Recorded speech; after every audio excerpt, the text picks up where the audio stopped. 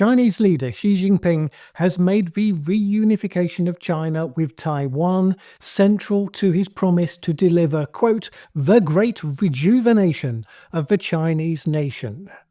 If you pay attention, you can see all the signs of how the would-be usurper of America's primary place in the world order is gearing up to achieve its goal, including some recent rapid signs of progress that have some wondering whether action may be coming sooner than most had expected.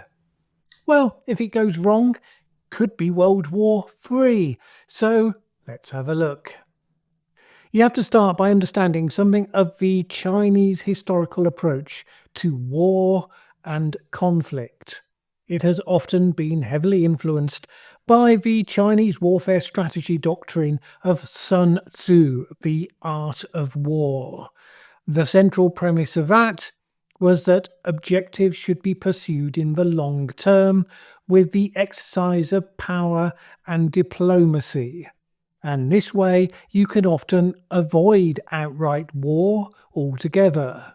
You organize your strength, you organize your forces so that your enemies realize that to fight would be futile and they abandon their resistance. If war cannot be avoided, it should be fought strategically and psychologically to minimize the damage and wastage of resources that comes with fighting. If you have to go into battle, it is suggested, you already failed at the superior game, so you end up having to use still smart strategy on the battlefield to win. If you look at China's approach to Taiwan in the modern era, there's no doubt that yes, it would prefer to achieve its objectives without a shot being fired. And yes, it has been playing a longer game than any Western leaders have been, defined as they are by 4 to 5 year election cycles. But Xi Jinping, who is into his 70s, he wants to secure his legacy. This is the thing about dictatorships. You can have all of the cultural traditions that you like. Ultimately, the failure point is the judgment and the mistakes of one individual. So, what have we been seeing most recently? China has been learning lessons from Russia's war in Ukraine, and specifically, it is clear that China does not want to be subjected to the same sort of pariah status, the isolation from the world economy that Russia has had to endure. So over the last year, as China came to expect and accept that Donald Trump was likely to return to the White House, it has been engaged on a massive worldwide diplomatic crusade. And the results are actually pretty breathtaking. According to the Lowy Institute, an Australian think tank, and then separately a different study by The Economist magazine, 70 countries have now officially endorsed China's sovereignty over Taiwan and agreed that it is entitled to pursue all efforts to achieve reunification. No qualifiers in that. All efforts to say all peaceful efforts.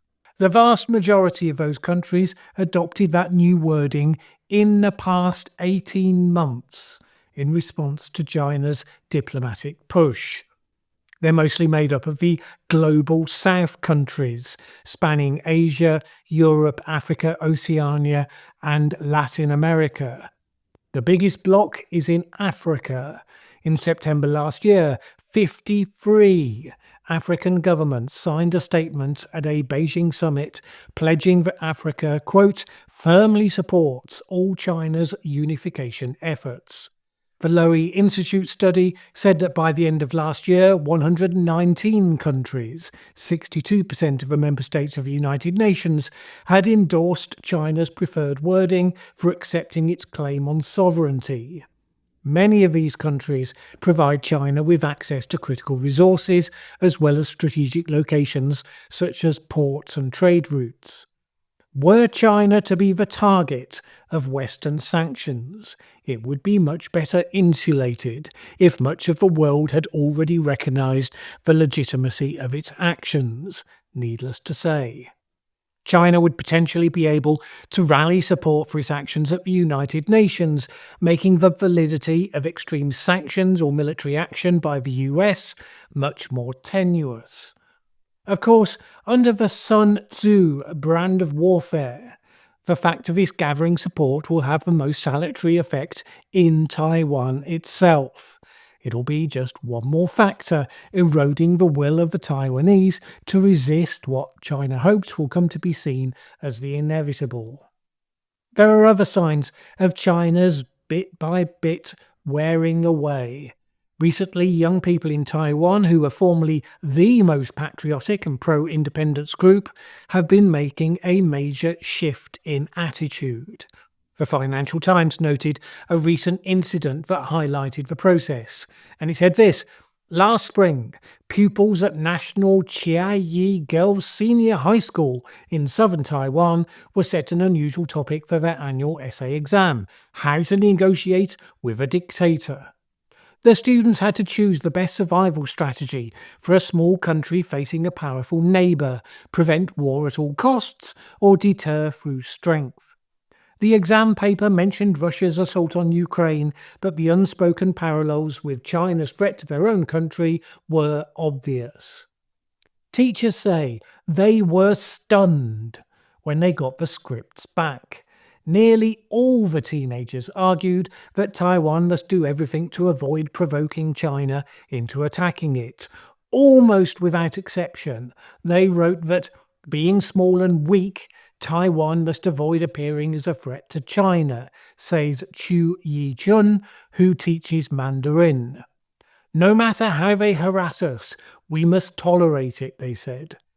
Such submissive sentiments are in sharp contrast to those held in Taiwan's society at large. Now, a number of Taiwanese social scientists and politicians have started to question whether the cause may be traced to the use of TikTok and other Chinese social media apps. Obviously, the United States has been going through some soul searching on that on its own.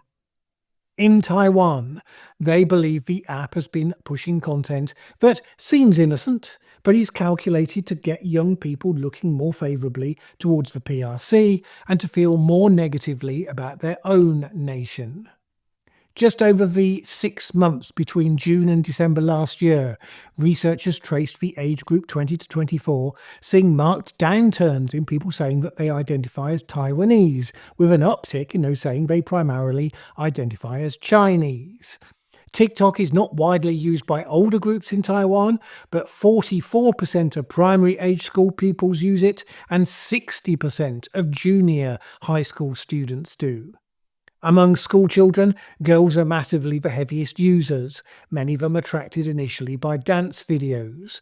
But a recent doublethink study suggests that such innocuous content is used as a gateway to other material. So researchers created accounts imitating Taiwanese schoolgirls and found that after a few days of being served dance videos, the algorithm started to introduce soft political content. For example, street interviews from Taipei with teenagers comparing strong Chinese democracy with Taiwan's weak system. Other researchers have seen the same pattern on the other popular Chinese app, Red Note. It was only just 11 years ago that Taiwanese youth were notably more pro-independence, and tens of thousands of them occupied parliaments to protest against the then government's closer relationship with China. Although the most recent election kept the pro-independence party, the DPP, in power, the more China-friendly opposition took control of parliament, creating deadlock. A 2022 study found that among supporters of the smaller Taiwan People's Party, which is the recipient of a lot of younger swing voters in their distaste for the main parties, opposition to Taiwanese independence was sharply higher amongst the users of TikTok. Some mainstream political activists have posited banning TikTok as a threat to Taiwanese democracy, a move that sort of echoes the recent actions in the US, but the opposition would fiercely contest that on the grounds of, yes, restricting free speech. Eric Su, a researcher at Doublethink, said this: "We need to find an effective way of communicating with our young people," saying that banning TikTok would only shatter their trust in our democracy. And he concluded, "Once our society is divided and our democratic system no longer trusted, Taiwan will lose its ability to resist China." Which is, of course, Xi Jinping's objective, wholly in line with the strategic dictum of Sun Tzu. In the meantime, China continues to prepare its military capability to be able to do the job by force should its other efforts come to nothing, or, may I suggest, should Xi Jinping run out of patience. President Xi has told his military they should be prepared to successfully invade Taiwan by 2027. In the meantime, the rapidly building Chinese Navy and Air Force is taking every effort to intimidate and demonstrate its power to the Taiwanese, day in, day out, through so-called grey zone warfare.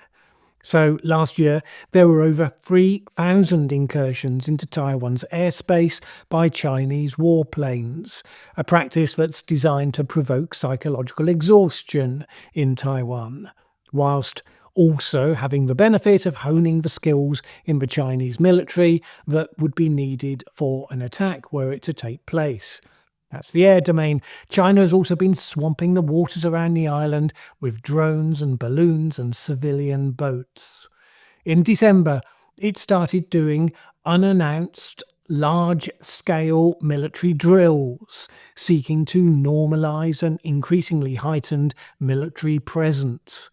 And just in the last week, it's been reported that it has started mimicking Russian tactics in the sabotage of undersea cables around Taiwanese waters. So it recently targeted a vital communications network, leaving the island potentially isolated in the event of a all-out attack being initiated. All this is sending the message to politicians in Taiwan, and, of course, similarly those in Washington DC as well, that China can attack whenever it chooses. Of course, the other big question is how much of a difference to all of this does it make now that Donald Trump is back in the White House? Reportedly, China is resigned to a more aggressive and unpredictable stance towards it from America, as illustrated by the recent tariffs. But also China believes that over the course of Trump's term, they will benefit because they believe that his aggressive transactional approach will alienate more independent countries, make it more likely they can be won via China's diplomatic push. So you might think they've been celebrating the recent dismantling of USAID. They also believe that Trump himself doesn't actually care about Taiwan, save for the fact that there are currently strategically essential industries based there, particularly in chip manufacture. Well, of course, Trump has already taken steps to seek to speed up what the Biden administration started, getting those essential plants relocated onto US territory. The further that project is advanced, the less of a strategic necessity would be American intervention in a Chinese takeover of Taiwan. If Xi Jinping can do a deal with Trump, that an earlier takeover won't interrupt the flow, and that in return China wouldn't oppose some of his more norm-breaking international projects, maybe that would also get a positive reception that could speed things up. Personally, I think that one is a lot more speculative, since it would call for a degree of trust in China I wouldn't have thought that Trump would easily be giving. What is clear, though, is that whatever status quo you're fond of right now in the world, that world is changing.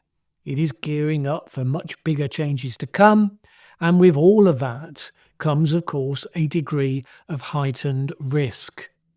Don't expect explosions, literal or metaphorical, with Taiwan just yet.